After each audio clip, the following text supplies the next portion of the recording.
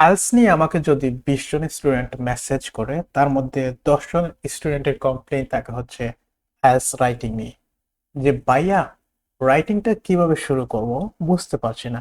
প্রথমে তো মনে করেছিলাম যে আইএলটিএসটা ক্র্যাক করেই ফেলবো, কিন্তু এখন মনে হচ্ছে আমার দ্বারা সম্ভব না। ডিপ্রেশনে পড়ে গেছি, কারণ রাইটিংটা এতটা কমপ্লিকেট লাগছে, বুঝতে পারছি না কিভাবে শুরুই করা যায়।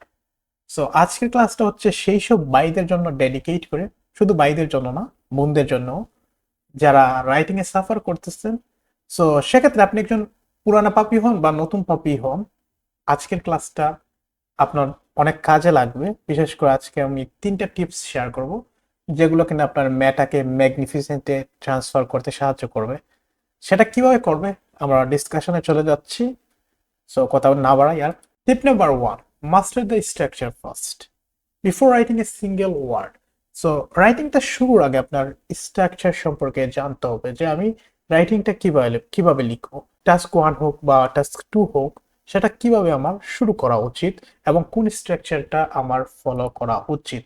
স্ট্রাকচার, একটা সুন্দর স্ট্রাকচার মানে হচ্ছে একটা সুন্দর ফাউন্ডেশন। আপনি একটা গড় নির্মাণ করতেছেন, এখন গড় নির্মাণ করার সময় আপনি ফাউন্ডেশন দেননি, সেটা আগে হোক পরে হোক আপনার গড়ের উপর কি কি কি পড়বে, ইম্প্যাক্ট পড়বে। ঠিক আছে, একটা সুন্দর স্ট্রাকচার যদি আপনি দিতে পারেন, তার মানে আপনার ফাউন্ডেশনটাও শক্ত হবে। বাট আপনি ফাউন্ডেশনেই ভুল করলেন, শুরুতেই গলত করলেন, সেক্ষেত্রে আপনার পুরো রাইটিংটাই খারাপ হবে।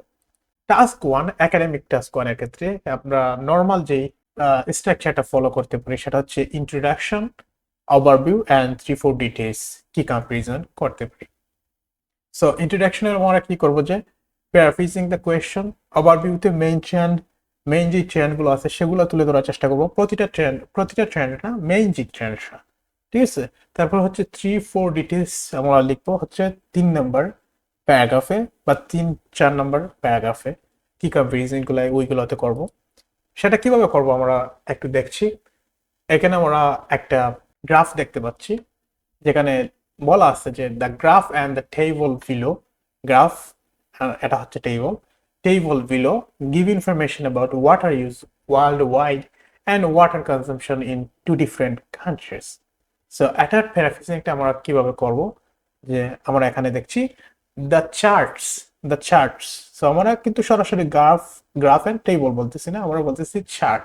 ঠিক আছে, এটা দুইটা চার্ট। ঠিক আছে, so the charts compare the amount of water used for agriculture. So agriculture এটা আমরা সেমই রাখলাম, এটা সিনোনিম কি হয় জানা নেই, তাই এগ্রিকালচারে লিখলাম। তারপর হচ্ছে ইন্ডাস্ট্রিয়াল ইউজ। সো আপনারা যখন প্যারাফ্রেজিং করতেছেন, সো এই সামান্য ডিটেলস গুলো একটু মনে রাখার চেষ্টা করবেন, যে আপনি যদি নাউন, অ্যাডজেক্টিভ এই জিনিসগুলো উল্টাপাল্টা করে লিখতে পারেন, সেগুলো লেখার চেষ্টা করবেন। So, এখানে ইন্ডাস্ট্রিয়ালটা হচ্ছে অ্যাডজেক্টিভ, এখানে আমরা একটা নাউন লিখলাম industry and homes around the world. So homes মানে হচ্ছে কি ঘর, বসত বাড়ি, ঘর বাড়ি, যেটা ডোমেস্টিক। সো এটার সিনোনিমাস যে ওয়ার্ড সেটা হচ্ছে হোমস, সেটা আমরা লিখলাম। তারপর হচ্ছে অ্যারাউন্ড দ্য ওয়ার্ল্ড মানে হচ্ছে ওয়ার্ল্ড ওয়াইড। দেন হচ্ছে and water use in Brazil and democratic republic of Congo. তো কঙ্গোতে এবং ব্রাজিলের যে এই ওয়াটারটা ইউজ হয়েছে সেটা আমরা বললাম। এখানে বলা হয়েছে 2 ডিফারেন্ট কান্ট্রিজ, এখানে আমরা সরাসরি নামগুলো সেটা তুলে ধরলাম। আমরা 2 ডিফারেন্ট কান্ট্রিজ না বলে আমরা সরাসরি এই দেশগুলোর নাম বলে দিলাম, ব্রাজিল, কঙ্গো। এরপর হচ্ছে ওভারভিউ আপনার মেইন ট্রেন্ড গুলা লিখতে হবে। এখানে মেইন ট্রেন্ডটা কোনটা, ট্রেন্ডগুলো কোনগুলো আমরা একটু সর্ট আউট করি। এই যে এটা একটা মেইন ট্রেন্ড। ঠিক আছে, 1900 two 1900 to 2000. So it is clear that global water needs rose significantly between 1900 and 2000. And এরপর হচ্ছে আমরা একটা বড় যে কিটা, তারপর হচ্ছে আমরা যেটা দেখবো বড় যে টেনশন সেটা দেখবো।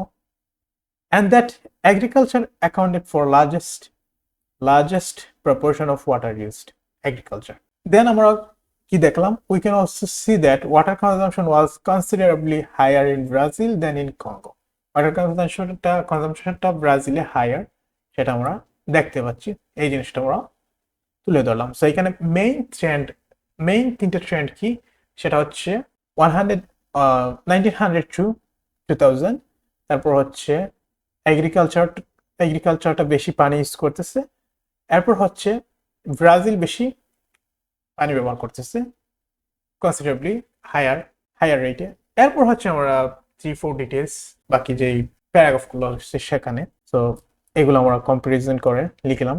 In 1900, around 500 cubic meters of water used by agriculture sector worldwide. So এখানে দেখতে পাচ্ছি আমরা 500, 1000-এর অর্ধেক হচ্ছে 500. The figures for industrial and domestic water consumption stood at around one-fifth of that amount. One-fifth of that amount, এটা আমরা দেখতে পাচ্ছি। By 2000, global water use for agriculture had increased around 300 cubic meter.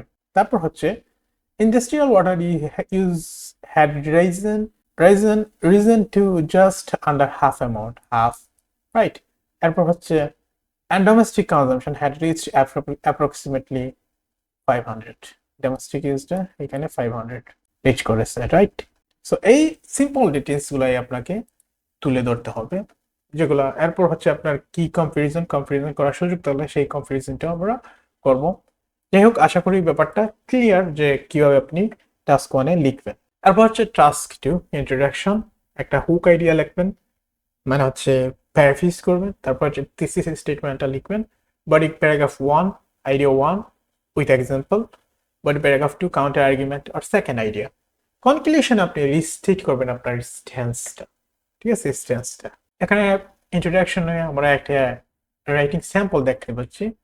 একটা হুক আইডিয়া হচ্ছে কি এটা আমরা হচ্ছে প্যারাফ্রেজিং করব, কোয়েশ্চেনটাকে প্যারাফ্রেজিং করব। যে এখানে বলা হয়েছে যে some people think that people moving to a new country should accept a new culture in the foreign country, others think that they should live as a separate minority group with different life style. So আপনারা যারা বিদেশ সামনে move করবেন is দিয়ে, তো তারা কি নতুন কালচারের সাথে মানিয়ে নেবেন নাকি মাইনরিটি গ্রুপ হিসেবে লাইফস্টাইল লিড করবেন, এটা নিয়ে লিখার কথা বলা হয়েছে। এখানে ডিসকাস বোথ ভিউজ, দুইটা ভিউ নিয়ে আলোচনা করতে বলা হয়েছে, এন্ড গিভ ইউর অপিনিয়ন, আপনার অপিনিয়নটা দেওয়ার কথা বলা হয়েছে। এখানে আমরা কি লিখলাম যে the issue of whether people settling in a new country should adopt new culture or not is open to debate. Done. এটা আমরা আমাদের হুক সেন্টেন্স, ওপেনিং সেন্টেন্সটাকেই হুক সেন্টেন্স বলা হয় থাকে। while there are benefits to maintain blah blah, এগুলো হচ্ছে thesis statement. তারপর হচ্ছে বডি প্যারাগ্রাফ 1 লিখবেন। আমরা অন দি ওয়ান হ্যান্ড, যেহেতু এটা বোথ ভিউজ বলেছে, অন দি ওয়ান হ্যান্ড দিয়ে আমরা প্রথম ভিউটা লিখলাম। তারপর হচ্ছে সেকেন্ড ভিউটা লিখলাম হচ্ছে অন দি আদার হ্যান্ড দিয়ে, এন্ড লাস্টলি কনক্লুশন দিলাম হচ্ছে ইন কনক্লুশন বলে। সো সবসময় মনে রাখতে হবে মেসেজ স্ট্রাকচার মানে আপনার মার্ক হারাবেন। সবসময় স্ট্রাকচার মানে লেখার চেষ্টা করবেন। আর আরেকটা জিনিস, আপনি কখন কোন স্ট্রাকচারে লিখবেন এটা অবশ্য ধরতে পারা অনেক গুরুত্বপূর্ণ, যে আপনি কখন বডি প্যারাগ্রাফ 1-এ কোন জিনিসটা লিখবেন, বডি প্যারাগ্রাফ 2-তে কোন জিনিসটা লিখবেন, তারপর কনক্লুশনে কি করবেন, বা ইন্ট্রোডাকশনে আপনার অপিনিয়নটা দেওয়া জরুরি কিনা, এই জিনিসগুলো জানা জরুরি। এবং সেটার জন্য আমাদের আলাদা একটা ক্লাস রয়েছে, ক্লাস লিঙ্কটা আমি ডেসক্রিপশনে দিয়ে দেবো। তারপর হচ্ছে টিপ number 2, paraphrase like a pro, stop copying the question. Paraphrase or perish. সুন্দর না? সুন্দর। আপনাকে প্যারাফ্রেজ করা জানতে হবে। কপি করে আপনি অ্যান্সার করবেন, তার মানে আপনি মার্কস হারাবেন। এখানে আমরা আগে প্যারাফ্রেজের উদাহরণ দেখেছি, তারপরে এখানে আরেকটা কোয়েশ্চেন দেখতে পাচ্ছি যে some people believe technology makes life easier, do you agree? আপনি লিখলেন কি some people believe technology makes life easier, I agree. মানে ক্লাস 7-8 এর বাচ্চার মতো আপনি একটা অ্যান্সার লিখে আসলেন। এটা হচ্ছে একটা ব্যাড ইন্ট্রো। এটা ভালো একটা ইন্ট্রো হতে পারে, it is argued that technological advancement have simplified modern living, and I strongly support this viewpoint. সব জিনিসই সেম রয়েছে, বাট আমরা অন্য ওয়ার্ডে লিখেছি প্যারাফ্রেজিং করে। Protip, use synonyms, change sentence structure. আপনি সিনোনিম ব্যবহার করে প্যারাফ্রেজিং করতে পারেন, অথবা সেন্টেন্স স্ট্রাকচার চেঞ্জ করে প্যারাফ্রেজিং করতে পারেন।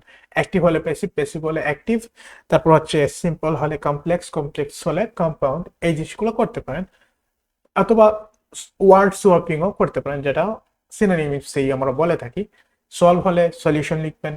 সো এই জিনিসটাতে আপনি প্রো হওয়ার জন্য আপনি যে জিনিসটা করতে পারেন, প্রতিদিন 5টা কোয়েশ্চেন নিলেন এবং সেগুলোর প্যারাফ্রেজিং করে লেখার চেষ্টা করতে পারেন, ঠিক আছে? Tip number 3, connect your ideas.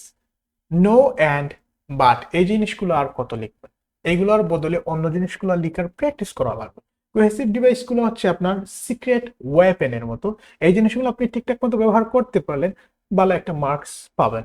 তো যেমন এডিং আইডিয়ার ক্ষেত্রে আপনি ফার্দার মোর লিখলেন, কন্ট্রাস্টের ক্ষেত্রে হাউভার বললেন, কজ এফেক্টের ক্ষেত্রে অ্যাজ এ রেজাল্ট বললেন। Example, technology saves time, for instance, উদাহরণস্বরূপ। এখন আপনি চিন্তা করে দেখুন, আপনি লিখলেন যে technology saves time, automation tools handle repetitive task.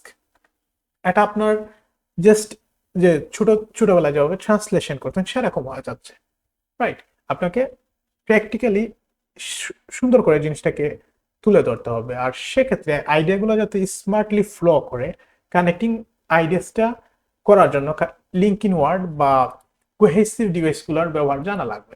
So সেক্ষেত্রে for instance as a result এই জিনিসগুলো দিয়ে আপনার আইডিয়াটা টুগেদারই ফিট করার চেষ্টা করতে হবে। তো আমরা বললাম যে for instance automation tools handle repetitive task as a result, যার কারণে এমপ্লয়িজ ফোকাস অন ক্রিয়েটিভ ওয়ার্কে তারা ফোকাস করতে পারে। বাট আরেকটা জিনিস যে avoid over using firstly secondly এইগুলোই বারবার লিখতেছেন। আপনি প্যারাগ্রাফ ওয়ানে ফার্স্টলি লিখলেন, তারপর হচ্ছে প্যারাগ্রাফ টুতে আবার ফার্স্টলি লিখলেন, এবং প্রতিটা জায়গায় আপনি ফার্স্টলি সেকেন্ডলি বারবার লিখতেছেন। মিক্স ইট আপ, আপনাকে মিক্স ইট আপ লিখতে হবে। ফার্স্টলি যদি একটা প্যারাগ্রাফে লিখেন, সেকেন্ডলি যদি একটা প্যারাগ্রাফে এই জিনিসটা লিখলেন, সো অন্যটাতে আপনি লিখবেন যে on the one hand, on the other hand, এইভাবে লেখার চেষ্টা করতে হবে। Mix it up. সো আমাদের ক্লাসটা প্রায় শেষের দিকে। সো প্রথমে আপনাকে যেটা বললাম, আমাদের রিক্যাপ করতে গেলে যে স্ট্রাকচারকে আপনি ভালো করে জানতে হবে। আপনি কোন স্ট্রাকচারে কোন জিনিসটা লিখতে হবে, জিনিসটা লিখা লাগে, এই জিনিসটা বোঝা লাগবে। তারপর হচ্ছে প্যারাফ্রেজিং করতে হবে, like your score depends on it. প্যারাফ্রেজিংটা ঠিকঠাক মতো করতে হবে, কারণ সুন্দর করে প্যারাফ্রেজিং করতে পারলে আপনি ভালো একটা স্কোর তুলতে পারবেন। কানেক্ট আইডিয়াস স্মুথলি, আপনার কানেক্টরস সম্পর্কে জানা লাগবে, কোহেসিভ ডিভাইসগুলো সম্পর্কে জানা লাগবে এবং সেগুলা ঠিকঠাক মতো ব্যবহার করতে হবে। অ্যান্ড ফাইনালি আর একটা বোনাস টিপস, যেটা হচ্ছে যে always leave 2 minutes to proofread. এখন আপনি পুরোটা সময় কি করতেছেন যে রাইটিং এ লিখে কাটিয়ে দিচ্ছেন। সো সেক্ষেত্রে 2 মিনিট আপনি এক্সট্রা সময় রাখবেন যে আপনার প্রুফ রিড করার জন্য। যদিও এই জিনিসটা বর্তমানে খুব একটা কাজে লাগবে না, কারণ বর্তমানে হচ্ছে আমরা পেন দিয়ে লেখা লাগে আইএলটিএস এক্সামে। সো পেন দিয়ে যদি লেখা লাগে সেক্ষেত্রে আপনি কিন্তু এরর হলেও কারেকশন করতে পারবেন না, কারণ আপনি পুরোটা এসে লেখার পর কারেকশন করতে গেলে আপনি জায়গায় পাবেন না আপনার ওয়ার্ডটা রিপ্লেস করে লেখার জন্য। বাট যারা কম্পিউটারাইজড এক্সাম দিবেন তাদের জন্য এটা একটা প্লাস পয়েন্ট হতে পারে। সবশেষে আজকের ক্লাসটা যদি আপনাদের ভালো লেগে থাকে তাহলে অবশ্যই সাবস্ক্রাইব করে নেবেন, এবং আপনাদের যদি কোনো মতামত থেকে থাকে সেক্ষেত্রে ফ্রিলি সেই মতামতটা কমেন্টে জানিয়ে দিবেন।